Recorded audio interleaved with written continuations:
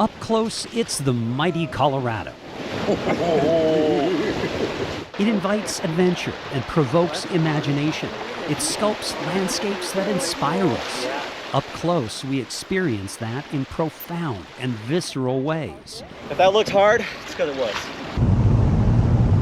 But from far above, it's a thread that seems too delicate for its growing burden, stitching together America's fastest growing region. On the river today, the first trip of the season for holiday river expeditions. So this is a great assignment working on the Colorado River, but I promise we are here to learn things. Let me show you our classroom. Hey, there it is. I'll zoom in. We also had a more traditional classroom at Utah State University's Moab campus. This is the first gathering of the Colorado River Collaborative. Journalists from radio stations, websites, newspapers, and television, learning what's happening on the river and throughout the region it sustains. I don't think that you can spend an hour on the Colorado River and not have it become a passion for you.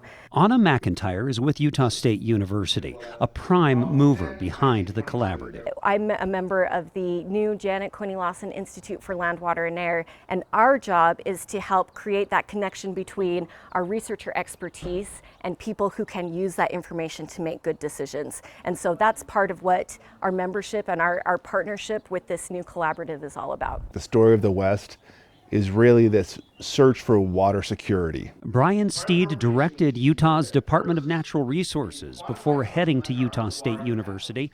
Now he also works for the state as commissioner of the Great Salt Lake. The problems we're facing on the Colorado River and the problems we're facing in Great Salt Lake are very similar, and they're in part connected because we have that trans-basin diversion between the Colorado and the Great Salt Lake. An important point, trans-basin diversion means the water we take from the Colorado for the Wasatch Front. In middle school geography, you may have learned Utah is split almost in half between the Great Basin and the Colorado Plateau. For millennia, the two have been entirely separate water systems. In eastern Utah, starting at the Uintas and looking south, every raindrop and snowflake entered the Colorado through tributaries. In the 20th century, that all changed with the Central Utah Project, which is a series of reservoirs, tunnels, underground aquifers that are pumping water for residents of Wasatch Front to use. And so whether or not we feel close to the Colorado River, it's not just a southern Utah issue. All of us, anyone who drinks water in Utah should care about what happens to the Colorado River. 7 states share the river with Mexico and 30 native tribes. Their booming populations all rely on a river that's shrinking. From a policy standpoint, it's complicated. And trying to make sure that we have sufficient water for people, but also living within our means.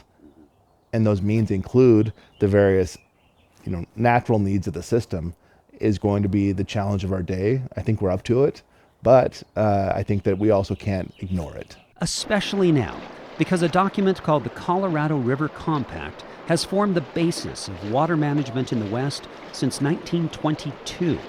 It expires at the end of next year. Between now and then, negotiators face the challenge of making a more modern, more inclusive, more scientifically sound framework to manage these waters. Failure means uncertainty with the potential for a tug of war over this delicate thread stitching our homes together. Uh-oh. Oh, man.